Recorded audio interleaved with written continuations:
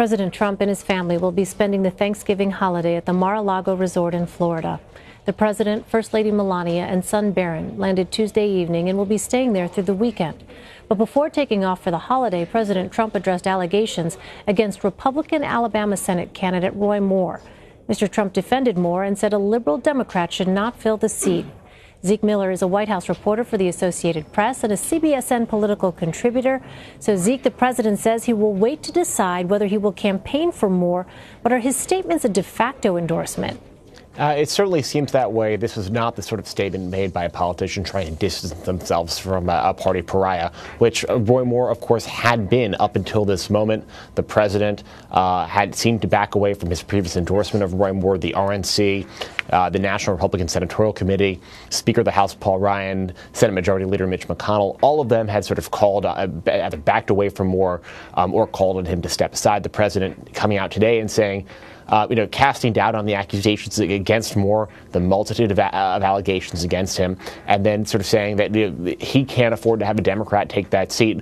And this is a binary choice for the voters of Alabama. There has not been a credible third party or write-in candidate 3 weeks out from the election. So that is a de facto, endorsement. The White House is trying to say that it wasn't necessarily, he wasn't saying vote for Moore, but he was saying don't vote for the other guy. And people shouldn't be, there really isn't another choice here. So by saying don't vote for Doug Jones, that's basically saying vote for Roy Moore. Yeah, de facto endorsement. Well, meanwhile, the House Ethics Committee says it has begun to investigate sexual harassment complaints against Democratic Congressman John Conyers of Michigan.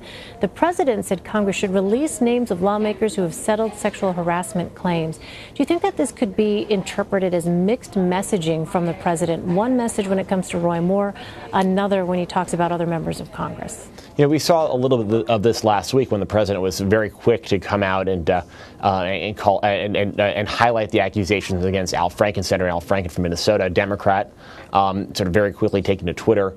And sort of he'd been pretty silent on Roy Moore. He put out the initial statement through a spokesperson saying if the allegations against Moore were true, then he should step aside. And here he is sort of going beyond that and almost defense of Moore. Mm-hmm. But there seems to be a sort of a partisan lens through which the president does view some of these issues.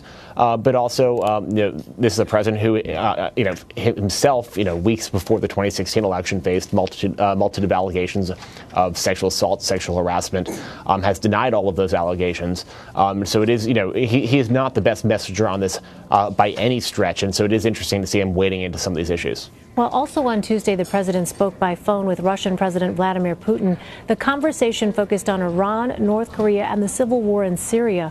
What was the significance of this phone call, and why did the discussion happen now and not when they met in Asia last week? So we were expecting them to have sort of a more formal sit down last week and a half ago when they were all together in Asia. The White House said that didn't happen. They had some of those informal talks, and the reason why that didn't happen, they didn't have the deliverables. The conditions weren't set for such a meeting.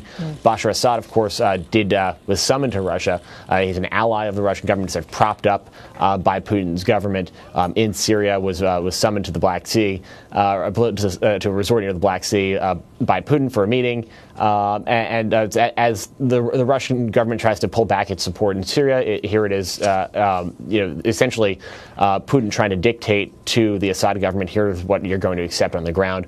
And so the White House said that the president was briefed on those plans by Putin. That's also what the Kremlin put out. So that's sort of the significance. There are actually credible developments there for the president to sort of weigh in on. The interesting thing here, of course, is that Russia is leading this process. They have not been the best of actors in that region ever, really, and certainly on this issue, they've supported the Assad government.